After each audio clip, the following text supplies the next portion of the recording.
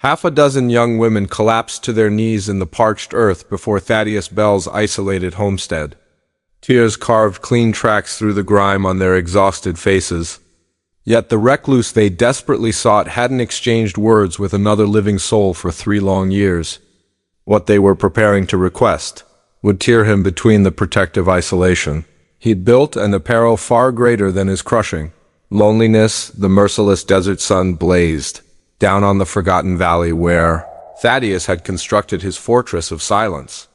His sun-worn fingers clutched the wooden porch rail as he gazed upon an unthinkable scene. 6 silhouettes in shredded clothing collapsed like abandoned marionettes against his endless boundary fence. The youngest appeared barely 17. The eldest might reach 25. His throat burned like dried leather. 3 years had passed since another human voice had reached his ears, only his own words bouncing back from the canyon stone. 3 years since he'd willingly embraced this existence, severing every connection to the world beyond his gates. The closest settlement lay 2 days hard riding through hostile landscape. Nobody wandered here by chance, yet there they knelt. The woman with copper-colored hair lifted her gaze first. Those emerald eyes carried a desperation he knew intimately, though he'd spent years burying that recognition. She parted her lips to speak, but only a rasping whisper escaped. Her mouth was split and dry, her features gaunt with suffering. Whatever journey had delivered them here, it had extracted a terrible toll. Thaddeus felt his carefully erected barriers beginning to shake. Every survival instinct commanded him to look away, to vanish into his dwelling and deny this moment existed. Experience had taught him brutally that aiding others brought only anguish, that faith was an indulgence beyond his means, that true safety existed only in solitude, absolute, unbreachable solitude. Yet watching the copper-haired woman attempt to rise, wavering precariously, something awakened in his soul. An emotion he'd entombed so completely he'd nearly forgotten its existence, the notion that perhaps fleeing wasn't equivalent to finding sanctuary. She managed a single step forward, her words barely carrying across the space separating them. Those words would demolish the silence he'd wrapped around himself like chainmail. Once uttered, no power could recall them, for what she was about to reveal would prove that his 3 years of self-imposed exile paled beside the decision now confronting him. Her voice fractured as she spoke, yet her plea sliced through the desert stillness like steel. "Sir, please, we've got no other sanctuary." "They're tracking us down?"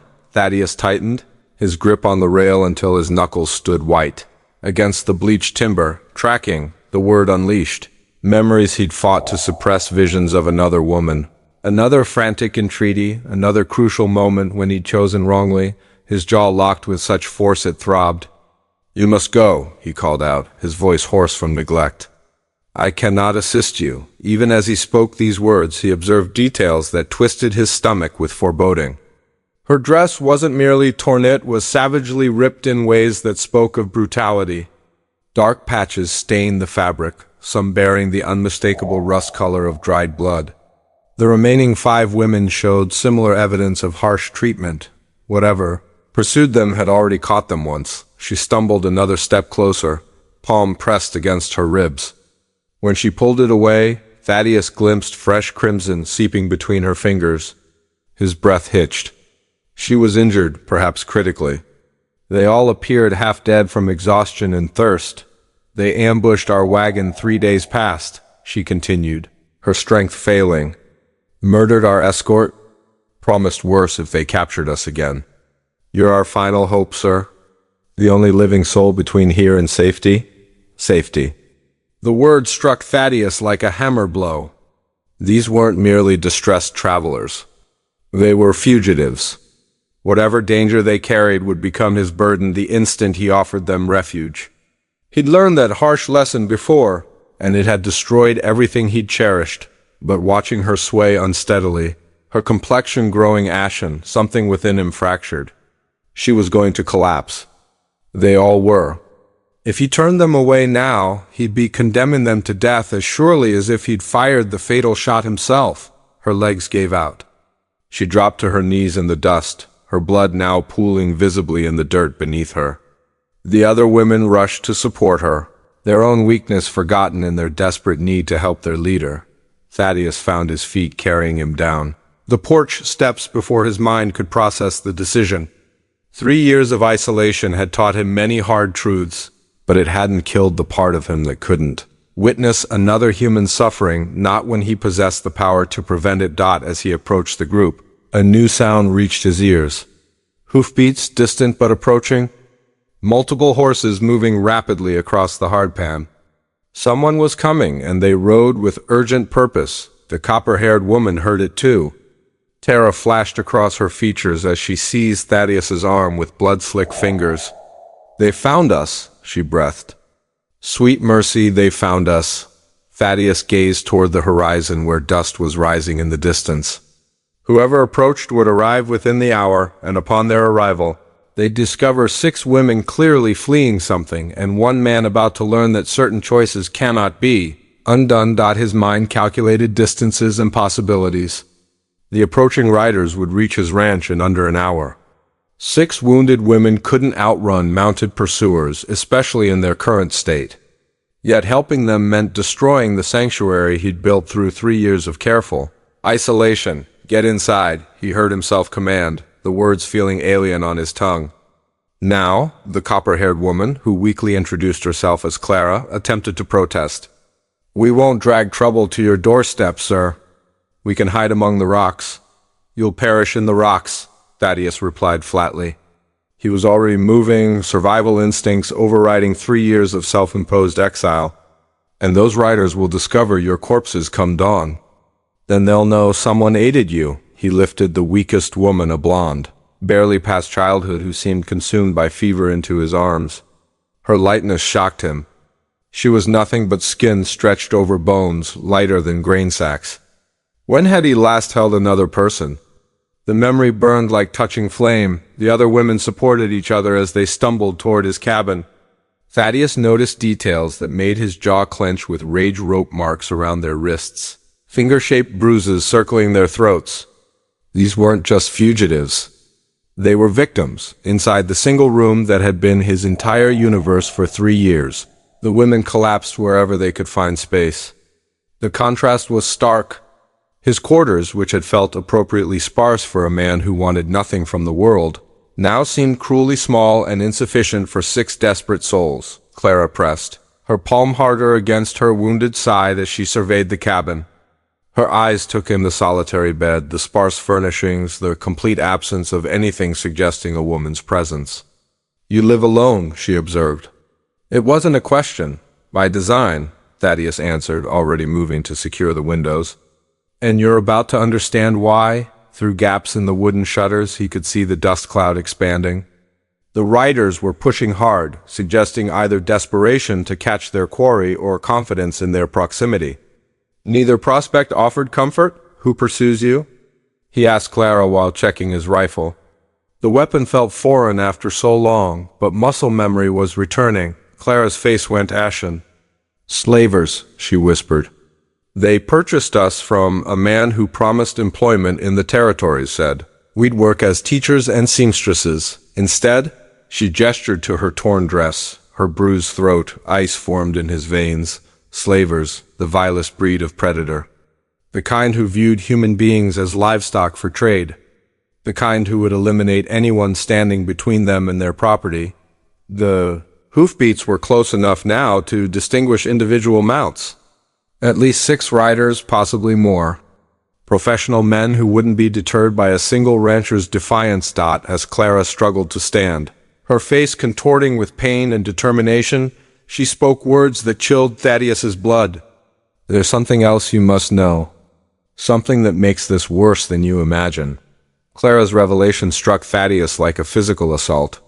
"The man who sold us to the slavers, he's a federal marshal. Badge and authority. Name of Wade Garrett." The rifle nearly slipped from Thaddeus's grip. A federal marshal. That transformed everything. These weren't lawless raiders he could drive off with superior firepower. If a badge-wearing man was involved, the corruption reached deep into territorial authority. "That's why we can't seek law enforcement," Clara continued. her voice weakening as blood continued seeping between her fingers. Garrett has connections across 3 territories. Anyone we report to will hear about it first, then we vanish permanently. Through the window, Thaddeus could now distinguish individual riders cresting the ridge overlooking his valley. 6 men on horseback, moving with the confidence of hunters who'd cornered their prey. One wore something that caught the sunlight, a badge. Thaddeus felt the familiar burden of impossible choices settling on his shoulders. Aid these women and become a target himself. Turn them away and watch them die. Either path led to consequences he wasn't certain he could endure. "There's a root cellar," he said finally, his voice rough with decision. "Behind the cabin, beneath false flooring. I store winter supplies there. You can hide," but Clara shook her head. "They'll search everywhere. These men are thorough. They've been tracking us for days and know their trade." The youngest woman, the fever-stricken one, suddenly spoke for the first time. Her voice was barely audible, but her words cut through the tension like a blade. "He's right to fear. We carry death wherever we wander." Thaddeus studied her more closely and felt his heart skip. She couldn't be older than 16, with corn silk hair and blue eyes that held too much knowledge for someone so young. What manner of monsters traffic children? The hoofbeats were close enough now to hear leather creaking, men calling to each other in low tones. They were spreading out, surrounding the ranch with military precision. Professional kidnappers who'd performed this hunt many times before. "Listen carefully," Thaddeus said, his voice steady despite the chaos in his mind. "I need to understand exactly what we're facing. How many men? What weapons? How far will they go?" Clara met his eyes, and he saw depths of suffering that made his own 3 years of self-imposed exile seem trivial. "They'll burn this place to ash if necessary, kill anyone who interferes. These aren't men with consciences, sir. They're demons wearing human faces." Through the shutter slats, Thaddeus caught his first clear glimpse of the lead rider. The man sat his horse like he owned creation, his badge catching light as he surveyed the ranch buildings. Even at distance, Thaddeus could read the cold calculation in his posture. This was Wade Garrett, the federal marshal who sold human beings for profit. If you were Thaddeus, what would you do? Stand and fight against impossible odds, knowing death was likely but might save 6 innocent lives? Or find a way to negotiate, potentially saving yourself while possibly dooming the women to fates worse than death? Share your thoughts in the comments. I need to know which path you'd choose, because Thaddeus's next decision would determine whether anyone in that cabin would survive to see another sunrise. The riders had stopped just beyond rifle range, close enough to communicate, far enough to avoid immediate danger. Garrett raised his voice, his words carrying clearly across the desert air. "Good afternoon, friend. We're searching for some runaway property. 6 women who stole themselves from their rightful owners. You seen anyone matching that description around here?" Thaddeus stepped onto his porch, rifle held casually but ready. The afternoon sun cast long shadows across the yard as he faced 6 mounted men radiating menace like heat from a furnace. Marshal Garrett sat his horse in the center, his badge gleaming against a black vest that had witnessed too much blood. "Haven't seen anybody," Thaddeus called back, his voice carrying the flat tone of someone accustomed to solitude. "Don't receive many visitors in these parts." Garrett's smile was cold as winter stone. "Is that so? Mind if we look around? Sometimes folks hide in places they think won't be found." Behind Thaddeus, inside the cabin, he could hear faint sounds of the women trying to control their breathing. Clara had grown silent, probably unconscious from blood loss. The youngest was still burning with fever. None were in condition to flee, even if escape were possible. "This is private land," Thaddeus replied. "And I don't recall extending an invitation to search it." One of Garrett's men, a scarred brute with dead eyes, spat tobacco juice into the dust. "Federal authority trumps private property, hermit. You hiding something or just naturally unfriendly?" Thaddeus felt sweat forming on his forehead despite the desert heat. These men weren't here to negotiate. They'd already decided he was concealing something.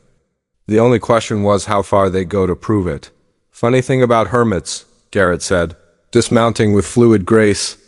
They usually choose isolation because they harbor secrets. What's your secret, friend?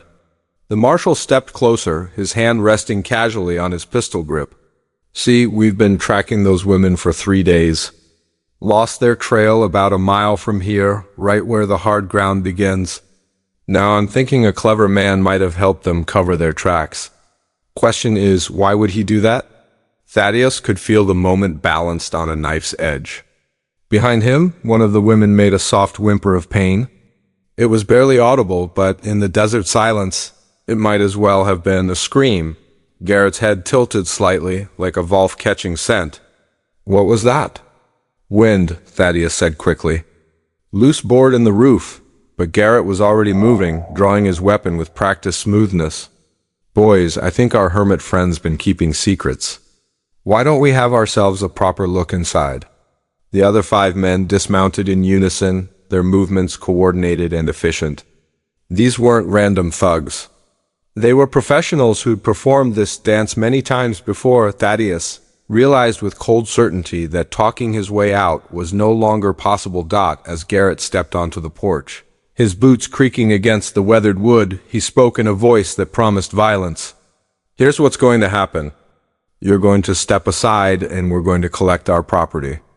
Anyone who interferes gets buried in the desert where nobody will ever find them. If you're enjoying the story, please subscribe to the channel. But as Garrett reached for the cabin door, Thaddeus made a choice that would change everything, the choice that had been building since the moment he'd seen 6 desperate women kneeling in his yard. Thaddeus raised his rifle in one fluid motion, the barrel coming to rest inches from Garrett's chest. The marshal froze, his hand still reaching for the door handle, his eyes widening with surprise and calculation. I said this is private land, Thaddeus repeated, his voice deadly calm. And I meant every word. For a heartbeat, the world held its breath. 6 guns were suddenly trained on Thaddeus from the yard below, but his rifle never wavered from Garrett's heart. The marshal's face cycled through emotions, surprise, anger, and finally cold respect. You're making a mistake, friend, Garrett said softly. A grave one. Those women belong to us. Bought and paid for. You're interfering with legal commerce? Legal? Thaddeus's laugh was bitter as alkali dust. Slavery's been illegal for years, Marshal. Even out here in the territories. Garrett's smile returned, thin and predatory. These aren't slaves, hermit. They're indentured servants. Signed contracts and everything. They owe debts that need paying, and we're here to collect. Inside the cabin, Thaddeus heard Clara's voice, weak but fierce. Lies, we never signed anything. He drugged us, took us from a church social in Kansas. Garrett's face darkened at being overheard. Sounds like you've got some stolen property in there, friend. Property that's causing you to make poor choices. The standoff stretched like a wire pulled too tight. Thaddeus knew the mathematics of his situation. 7 armed men against 1, with 6 wounded women caught in the crossfire. Even if he killed Garrett, the others would cut him down before he could work the rifle's lever. But sometimes mathematics didn't matter. Sometimes a man had to make a stand regardless of the odds. Here's what's going to happen, Thaddeus said, his voice carrying the authority of absolute conviction. You're going to mount your horses and ride away. You're going to forget you ever saw this place or these women. And you're going to find yourself a new line of work. Garrett's scarred lieutenant shifted in his saddle, his gun hand twitching. Boss, just give the word. We can drop him and be done with it. But Garrett raised a hand, his eyes never leaving Thaddeus's face. Something had shifted in the marshal's expression. He was seeing something he hadn't expected, a man who'd already made peace with dying. You know what I think? Garrett said slowly. I think you have history with situations like this. I think maybe you failed to help someone once before, and now you're trying to make amends. The words struck like physical blows. Thaddeus felt his carefully buried memories clawing their way to the surface. Another woman, another desperate plea for help. Another moment when he'd chosen safety over courage and watched someone die for his cowardice. Touched a nerve, did I? Garrett pressed. What was her name? Wife? Sister? Daughter? Someone you let down when it mattered most? Thaddeus's grip tightened on the rifle, but his aim never wavered. Her name was Sarah, she was my wife, and I won't make the same mistake twice. Garrett nodded as if something important had been confirmed. Sarah, pretty name. Bet she died screaming, knowing you were too much of a coward to save her. The rage that exploded in Thaddeus's chest nearly cost him everything. For a split second, his finger tensed on the trigger, ready to end Wade Garrett's life regardless of consequences. But in that moment of white-hot fury, he heard something that changed everything, Clara's voice from inside the cabin, barely a whisper but carrying clearly in the desert air. Wade Garrett? That's his name. The man who killed your wife. The words hit Thaddeus like lightning striking twice in the same place. Wade Garrett, the name he'd spent 3 years trying to forget. The man who'd come to their homestead with promises of protection, who demanded Sarah as payment when Thaddeus couldn't meet his extortion fees.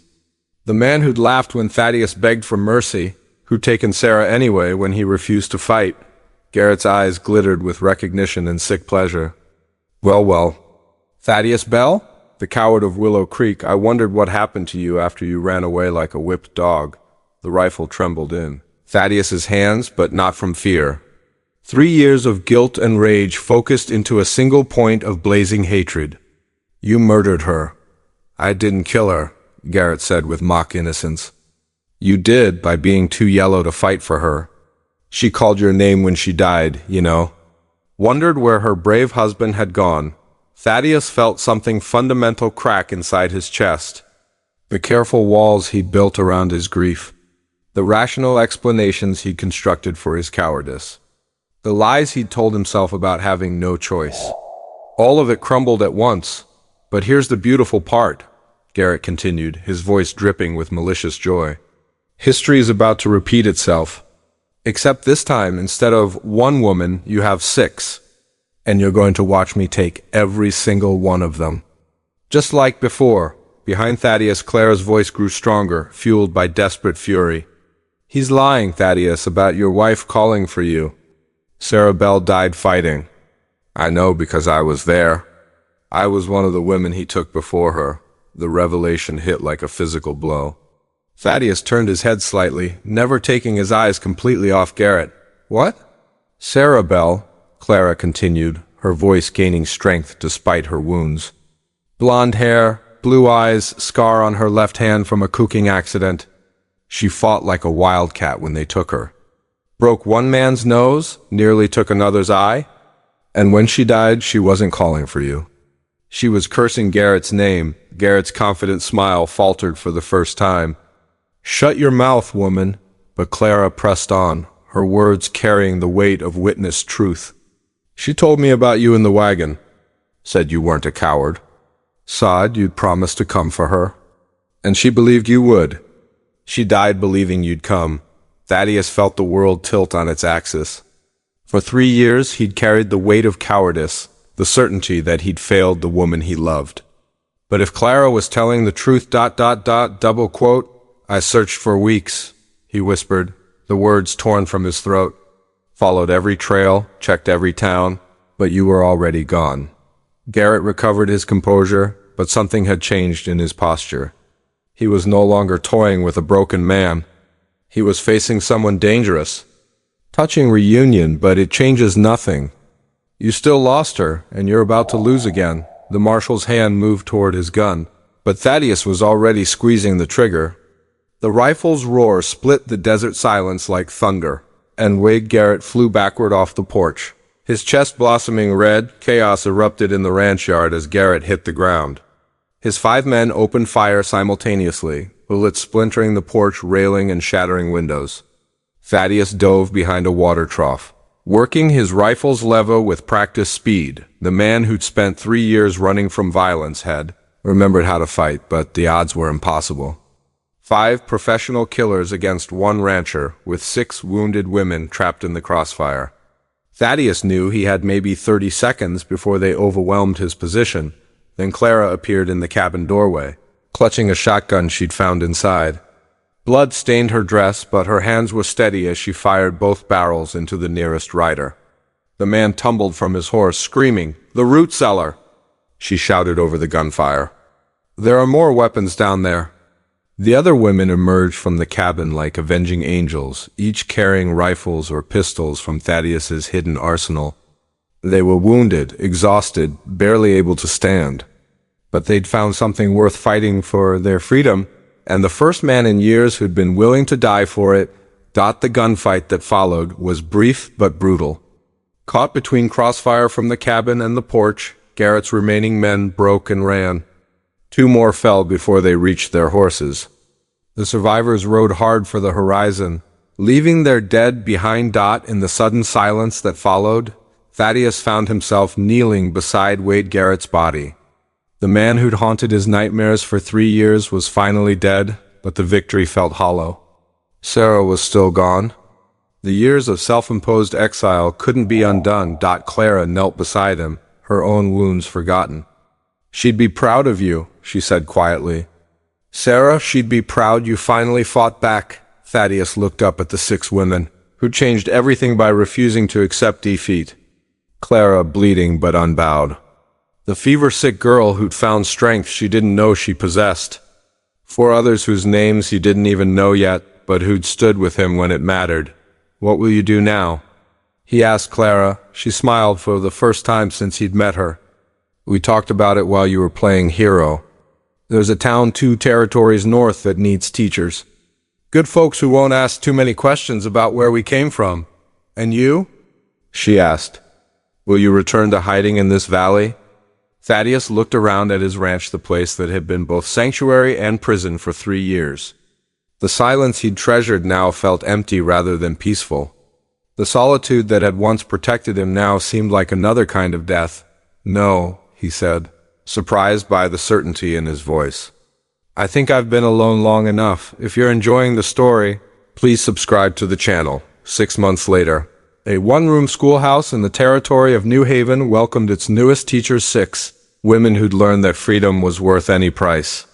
Their friend Thaddeus built the school with his own hands, crafting each desk and window frame with the same care he'd once used to build walls around his heart. Clara married him on a spring morning, when the desert bloomed with wildflowers, and she wore Sarah's wedding ring with pride, knowing that some loves are strong enough to bless new beginnings. The fever-sick girl, whose name was Grace, grew strong and tall, becoming the finest teacher in 3 territories. And sometimes, on quiet evenings when the wind was just right, Thaddeus could swear he heard Sarah's voice in the desert breeze, telling him she was proud of the man he'd finally chosen to become. Now, click on the next video to hear a story even more compelling than this one, with a revelation so powerful it will stay with you long after the final word is spoken. Click the video now.